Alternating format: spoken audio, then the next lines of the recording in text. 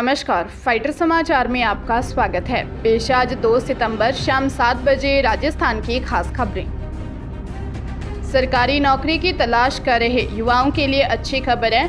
केंद्र सरकार के उपभोक्ता मामले, खाद्य और सार्वजनिक वितरण मंत्रालय के केंद्रीय भंडारण निगम में ऑफिसर्स के पदों पर वैकेंसी निकली है, जिसके तहत assistant engineer, accountant superintendent, junior technical assistant समेत 153 पदों पर भर्तियां की जाएंगी, जिसमें शामिल होने के लिए उम्मीदवार केंद्रीय भंडारण निगम की ऑफिशियल वेबसाइट cewacor.nic.in पर जाकर 24 सितंबर तक ऑनलाइन अप्लाई कर सकेंगे।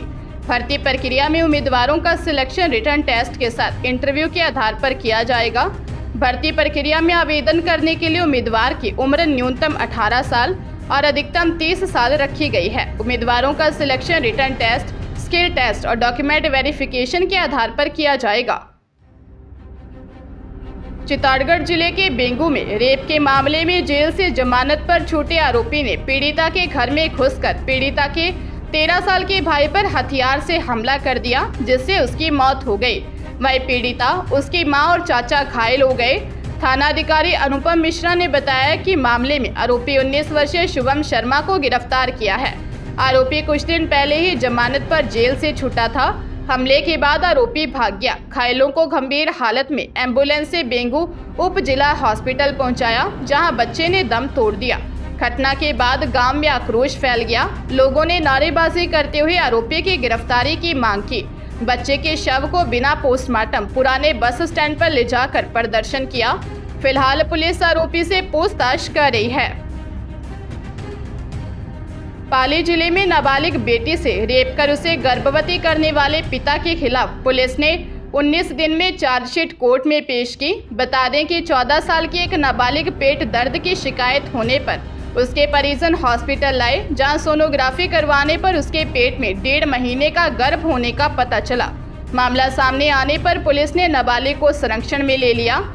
सखी सेंटर में महिला थाना प्रभारी अनीता रानी ने पूछा तो नाबालिग ने बताया कि उसके पिता ने उसके साथ 2 बार रेप किया और वह गर्भवती हो गई। 6 अगस्त 2023 को पुलिस ने पीड़िता के बयान के आधार पर मामला दर्ज कर आरोपी पिता को गिरफ्तार किया। पूछताछ में उसने अपना जुर्म कबूला। इस गंभीर अपराध को लेकर पुलिस ने त्वरित कार्रवाई करते हुए कोर्ट में चार्जशीट पेश की। रोडवेज बसों में यात्रा करने वाले यात्री आपातकालीन स्थिति में अब बसों में पैनिक बटन का इस्तेमाल कर सकेंगे। वह यात्री टिकट बुक करवाने के बाद बस की लाइव लोकेशन जान सकेंगे। इससे समय की बचत होगी और बस छूटने का डर भी नहीं रहेगा। इसके लिए रोडवेज प्रशासन बसों में पैनिक बटन लगाने जा रहा है। 12 करोड़ की लागत से 3000 से अधिक बसों में लगने वाले पैनिक बटन का रोडवेज प्रशासन ने टेंडर कर दिया है। अगले 2 महीने में रोडवेज अनुबंध पर चल रही बसों में पैनिक बटन लगने के बाद यात्री इस्तेमाल करना शुरू कर देंगे। ट्रायल के तौर पर 3000 में से 150 बसों में पैनिक बटन लग चुके हैं। बटन के इस्तेमाल में काम आने वाले सॉफ्टवेयर पर काम चल रहा है। आपात स्थिति में यात्री इस बटन का इस्तेमाल कर सकेंगे। झुंझुनू की पिलानी पुलिस ने साले की हत्या के मामले में जीजा को गिरफ्तार किया है।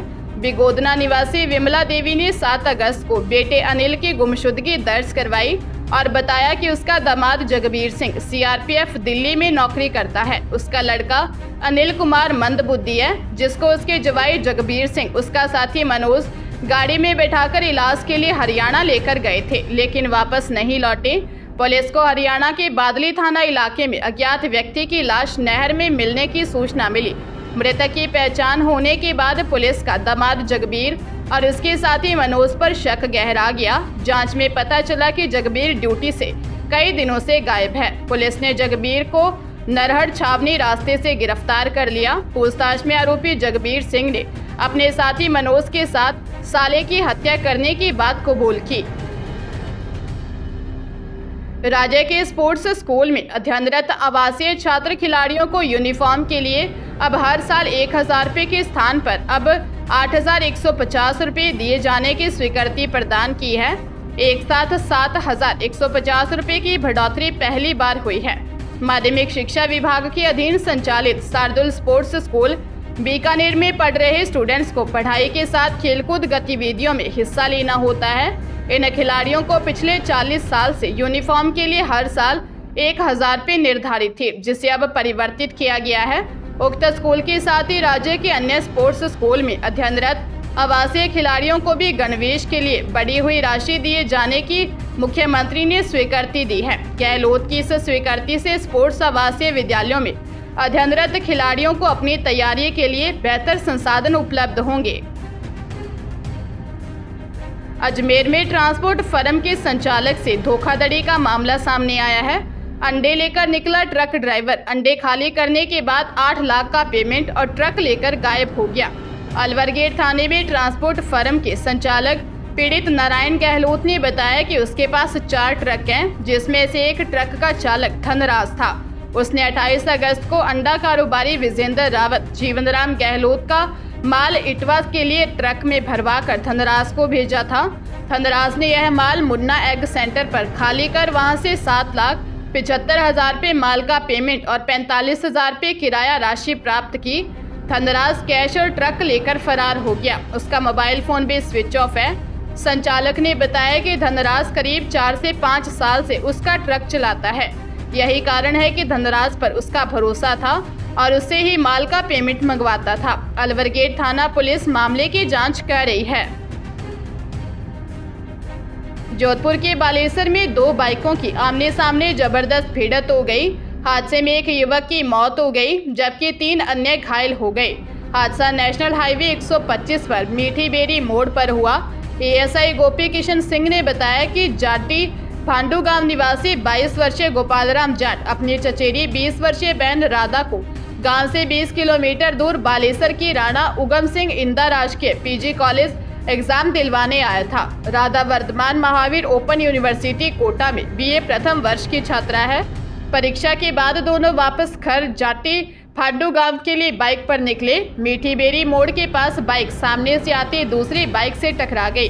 दूसरी बाइक पर एमपी से रामदेवरा बाबा के दर्शन करने निकले श्रद्धालु 27 वर्षीय पवन और 24 वर्षीय नितेश थे। हादसे में गोपाल की मौत हो गई। पुलिस मामले की जांच कर रही है।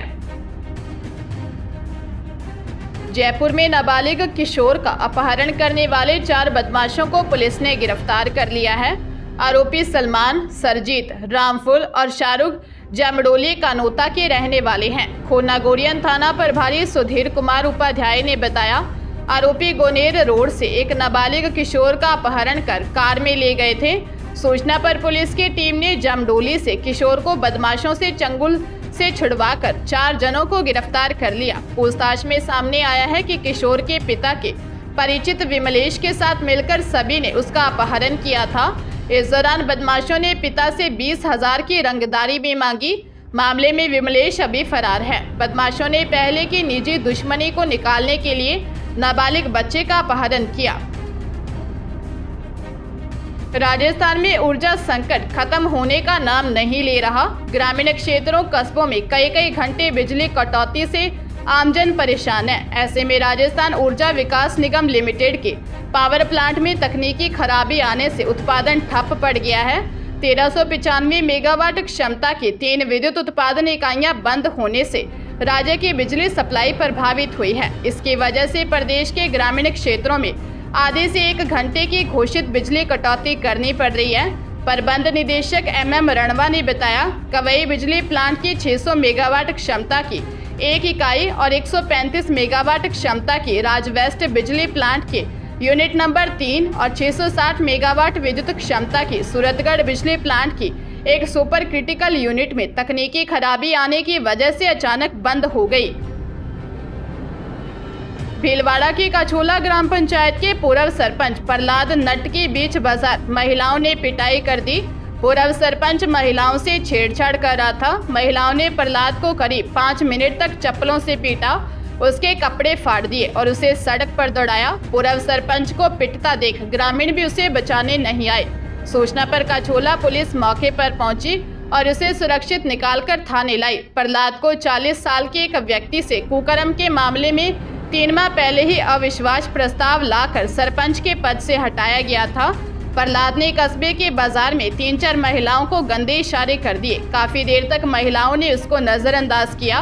जब उसकी छेड़खानी बढ़ गई तो महिलाओं ने उसे पीट दिया। मांडलगढ़ थाना प्रभारी मामले की जांच कर रहे हैं।